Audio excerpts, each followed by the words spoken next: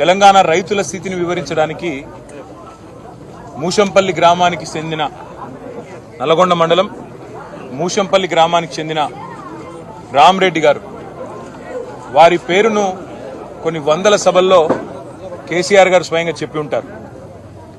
రామరెడ్డి అన్న ఇంటి పేరు అందరూ మర్చిపోయినారు. బైరెడ్డి రామరెడ్డి ఇంటి పేరు ఎక్కడో పోయింది, ఇప్పుడు బోర్వెల్ రామరెడ్డి అయింది.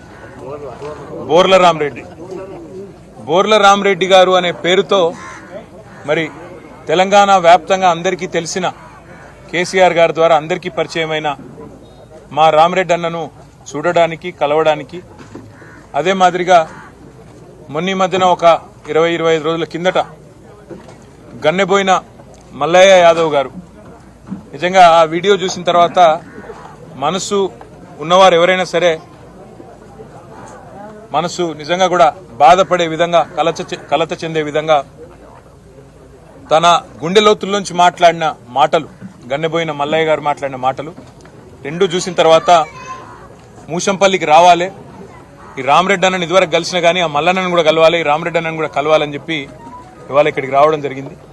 వచ్చిన తర్వాత మల్లన్నను కదిలిచ్చిన, రామరెడ్డి అన్నను మాట్లాడిచ్చిన, మధ్యలో కొంతమంది మహిళా సోదరిమణులు ఆడబిడ్డలు వాళ్ళు కలిసిన అందరూ చెప్పిన మాట ఒకటే, అన్నా గత 10 సంవత్సరాలు కేసీఆర్ అధికారంలో ఉన్నప్పుడు తెలంగాణ వచ్చిన తర్వాత ఎన్నడూ నీళ్లకు గోస రాలేదు, అది సాగునీరు కానీ తాగునీరు కానీ ఎన్నడూ ఇబ్బంది కాలేదు. కానీ ఈ సంవత్సరం ఈ ప్రభుత్వం వచ్చిన తర్వాత పంటలు ఎండిపోయి, ఈ ప్రభుత్వం వచ్చిన తర్వాత నీళ్ళిచ్చేది చేతగాక భూగర్భ జలాలు అడుగంటిపోయి చివరికి తాగునీరు కూడా లేని దుస్థితి వస్తా ఉన్నది అనే మాట వారు చెప్తా ఉన్నారు. కాకపోతే ఇక్కడ కీలకమైన విషయం ఏమంటే ఇదేదో కాలం తెచ్చిన కరువు కాదు, ఇది అచ్చంగా ఈ అసమర్థ కాంగ్రెస్ ప్రభుత్వం తెచ్చిన కరువు అనే మాట నేను కాదు, ఇవాళ రాష్ట్రంలోని ప్రజలందరూ కూడా అంటా ఉన్నమాట. ఒకవైపేమో కాళేశ్వరం ప్రాజెక్టు విఫల ప్రాజెక్టుగా చిత్రీకరించి అందులో ఏదో జరిగిపోయింది అనే ఒక భ్రమ కల్పించి కాళేశ్వరమే ఫెయిల్యూర్ అనే ఒక బద్నాం చేయడానికి ఉద్దేశపూర్వకంగా అక్కడ నీళ్లు ఉండి నీళ్లు ఇవ్వకుండా నిన్న కేసీఆర్ గారు నల్లగొండకి సూర్యాపేటకు వచ్చిపోతే ఆ దెబ్బకు జడిసి 5 తారీఖు నాడు కేసీఆర్ గారు కరీంనగర్కు వస్తున్నారంటే ఆ దెబ్బకు జడిసి నిన్న Nandi pump house, Gayatri pump house లో నిన్న నీళ్లు చాలు చేసి ఎల్లంపల్లి నుంచి నీళ్లు ఎత్తిపోసి ఇవాళ కరీంనగర్ లో అక్కడ నీళ్లు ఇస్తా ఉన్నారు. నిన్నటిదాకా కాళేశ్వరం ఫెయిల్యూర్ అని చెప్పిన ప్రభుత్వం ఇవాళ అదే కాళేశ్వరం ఎక్కడెక్కడైతే బాహుబలి మోటార్లు పెట్టి కేసీఆర్ గారు ఇన్ని రోజులు గోదావరి నీళ్లను తెలంగాణ బీళ్లకు మళ్లిచ్చినారో ఇవాళ అవే నీళ్లను ఇవాళ కరీంనగర్ జిల్లాలో ఇస్తా ఉన్నారు. అదే పద్ధతుల్లో కేసీఆర్ ఉన్నన్ని రోజులు ఇక్కడ నాగార్జున సాగర్ లో మరి బ్రహ్మాండంగా ఎన్నడూ ఇబ్బంది లేకుండా కావలసినంత నీళ్లు రైతాంగానికి టైలెండ్ దాకా ఇచ్చిన ఘనత కేసీఆర్ గారు. ఇదే మూషంపల్లిలో సరిగ్గా ఇదే నెల ఏప్రిల్ నెలలో పోయిన సంవత్సరం బ్రహ్మాండంగా చెరువు నిండు కుండలాగుండే. ఇప్పుడే రామరెడ్డి అన్న చెప్తున్నాడు, నేను గత 10 ఏళ్లలో ఒక్కసారి కూడా బోర్ వేయాల్సిన అవసరం పడలేదు, అంతకుముందు 90 పైన బోర్లు వేసిన, మళ్ళీ ఇప్పుడు ఈ ప్రభుత్వం వచ్చినాక ఈ 100 రోజుల్లో మళ్ళీ 4-5 బోర్లు వేసిన అని చెప్పి ఆయన ఇంటి ముందు వేసిన బోర్ను ఇప్పుడే రామరెడ్డి గారు స్వయంగా తీసుకొని పోయి చూపెట్టినాడు. అంటే ఇది ఈరోజు తెలంగాణ రైతాంగం యొక్క దుస్థితి ఈ చేతగాని ప్రభుత్వం వల్లనే వచ్చింది అనే మాట కూడా నేను విజ్ఞప్తి చేస్తా ఉన్నా. ఇవాళ ఒక మంత్రి గారు అంటున్నాడు, వ్యవసాయ మంత్రి, ఇది కాలం తెచ్చిన కరువు అంటున్నాడు. అయ్యా మంత్రి గారు, ఇది కాలం తెచ్చిన కరువు కాదు, చేతగాని నీ ప్రభుత్వం, చేతగాని కాంగ్రెస్ తెచ్చిన కరువు, 100% నీళ్లుండి ఇవ్వలేని అసమర్థ ప్రభుత్వం తెచ్చిన కరువు. మీకు 110 రోజులు సరిపోలేదా? మూడు పిల్లర్లలో సమస్య వస్తే 3 నెలలు సరిపోలేదా? ఆ సమస్య రెక్టిఫై చేసి దాన్ని సరిదిద్ది నీళ్లిచ్చేదానికి సరిపోలేదా? నిజంగా మా జగదీష్ రెడ్డి గారు చెప్తా ఉంటే నేనేమో అనుకున్నా, 100 రోజుల్లో నిజానికి 100 టీఎంసీలు లిఫ్ట్ చేసే అవకాశం ఉండే, పంటలు ఎండిపోకుండా చూసుకునే పరిస్థితి ఉండే.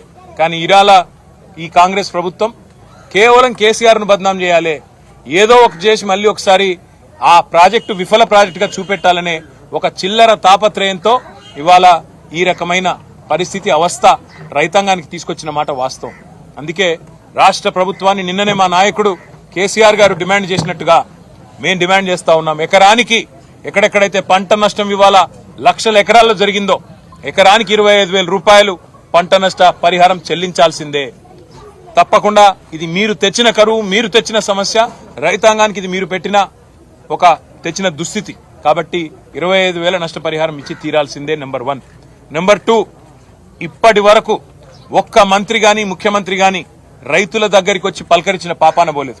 వాళ్ళ ప్రధాన ప్రతిపక్షంగా బీఆర్ఎస్ ఏమో మొత్తం వ్యవసాయ క్షేత్రాలు తిరుగుతుంటే, పంట పొలాలు తిరుగుతుంటే, ఎక్కడికక్కడ రైతులను కలిసి వారిలో ధైర్యాన్ని నింపే ప్రయత్నం చేస్తుంటే, స్వయాన ప్రధాన ప్రతిపక్ష నాయకుడు కూడా ఇవాళ ఆయన ఆరోగ్యాన్ని లెక్క చేయకుండా, వయసును లెక్క చేయకుండా ఇవాళ 3-4 జిల్లాలు తిరిగి మరీ రైతులను పరామర్శించి ధైర్యం చెప్తుంటే ముఖ్యమంత్రి గారు ఎక్కడున్నారండి? మంత్రివర్గం ఎక్కడున్నది? రైతాంగానికి ధైర్యం చెప్పే బాధ్యత మీ మీద లేదా? మీరే కదా చెప్పింది. పొంకనాల పోతిరెడ్డి గారు, రేవంత్ రెడ్డి గారు 2 లక్షల రుణమాఫీ చేస్తా డిసెంబర్ 9 నాడని డైలాగులు కొట్టింది ఎవరు? మీరు కాదా? మరి ఎక్కడ పోయింది నీ 2 లక్షల రుణమాఫీ? అందుకే మేము రాష్ట్ర ప్రభుత్వాన్ని డిమాండ్ చేస్తా ఉన్నాం, 2 లక్షల రుణమాఫీ కూడా చేసి తీరాల్సిందే. ఇన్నాళ్లు నీళ్లుండి కూడా మోసం చేసినందుకు రైతాంగానికి క్షమాపణ చెప్పాల్సిందే. అదే మాదిరిగా అన్నింటికన్నా ముఖ్యంగా ఇవాళ తీవ్రమైన దుస్థితిలో ఉన్న రైతులను కాపాడుకోవడానికి ఒకవైపు నష్టపరిహారం ఇవ్వాల్సిందే. ఇంతవరకు రైతు బంధు కూడా మొత్తం వేయలేదు. రైతు బంధు కూడా ఇంతవరకు మొత్తం వేయలేదు. రైతు బంధు కూడా మొత్తం చెల్లించాల్సిందే. 15,000 అన్నారు మీరు ఇస్తా అని, కానీ 10,000 కూడా ఇవ్వలేని అసమర్థులు మీరు. కాబట్టి రాష్ట్ర రైతాంగానికి మేము చేసే విజ్ఞప్తి ఒకటే, మీ పక్షాన భారత రాష్ట్ర సమితి ఉంది, కేసీఆర్ గారు ఉన్నారు.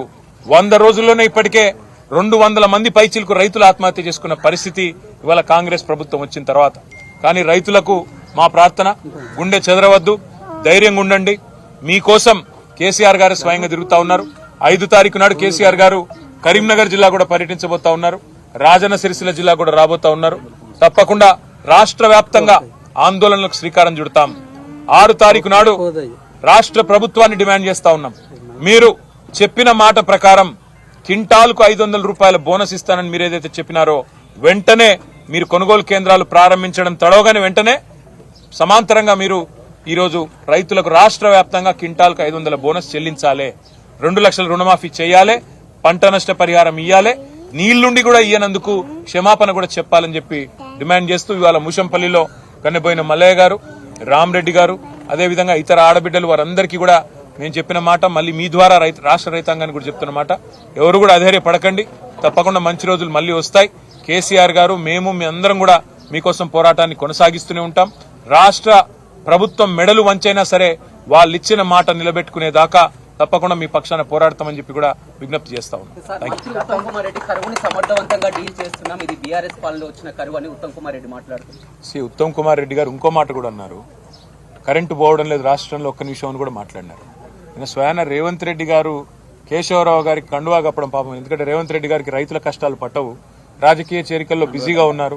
ఇవాళ ఎక్కే గడప దిగే గడప అన్నట్టు రాష్ట్రంలో ఎవరు పార్టీలో చేరుతారంటే పాపం ముఖ్యమంత్రి బాగా ఖాళీగా ఉన్నట్టున్నారు. వాళ్ళ ఇళ్లలోకి పోయి మరీ కండువాలు కప్పుతా ఉన్నారు.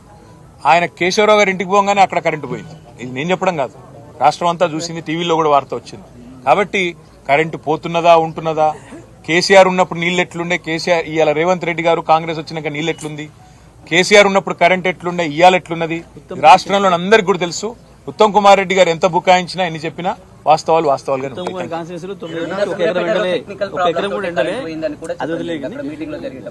ఉత్తమ్ కుమార్ రెడ్డి గారి కాన్స్టిట్యూన్సీలో 9 సంవత్సరాల నుంచి 1 ఎకరం పంట ఎండలే. తెలంగాణ ప్రభుత్వం పోయినాకనే కదా ఇప్పుడు ఏంటి పంటలు 20,000. నేను ఇంకొక మాట అంటున్నా, ఉత్తమ్ కుమార్ రెడ్డి గారు ధైర్యం ఉంటే మీరు మీ మంత్రులు ఫీల్డ్ కి రండి, రైతులను కలవండి, రైతుల దగ్గర ఈ మాట చెప్పండి. ఇది కరెంటు పోతలేదనే మాట, సమర్థవంతంగా ఎదుర్కొంటున్నామనే మాట, ఇబ్బంది లేదనే మాట. మేము తిరుగుతున్నట్టు రైతుల మధ్యకి రండి, తిరిగి మాట్లాడండి, రైతులే మీకు సమాధానం చెప్తారు. మూషంపల్లికి రేపు రమ్మని ఆడియో ఎందుకు బెస్ట్. ఓకే, థ్యాంక్ యూ అన్న. వరి పంట కూడా ఇటు రైస్ మిల్లర్స్ మొత్తంతో పాటు మద్దతు ధర చెల్లించప్పుడు రైతాంగం తీవ్ర ఆందోళన. బ్రదర్, ఇదిగో నేను ఒకటే అంటున్నా, వీళ్ళిచ్చిన మాటనే 500 బోనస్. అది బోనస్ నిజంగా చెప్పినరా బోగస్ ముచ్చట్నా తేలిపోద్ది. ఇప్పుడు తప్పకుండా ఈ రాష్ట్ర ప్రభుత్వాన్ని మెడలు వంచేదాకా, వాళ్ళ మెడలు దించేదాకా, రైతాంగం కోసం ముందుకొచ్చేదాకా మా పోరాటం కొనసాగుతుంది.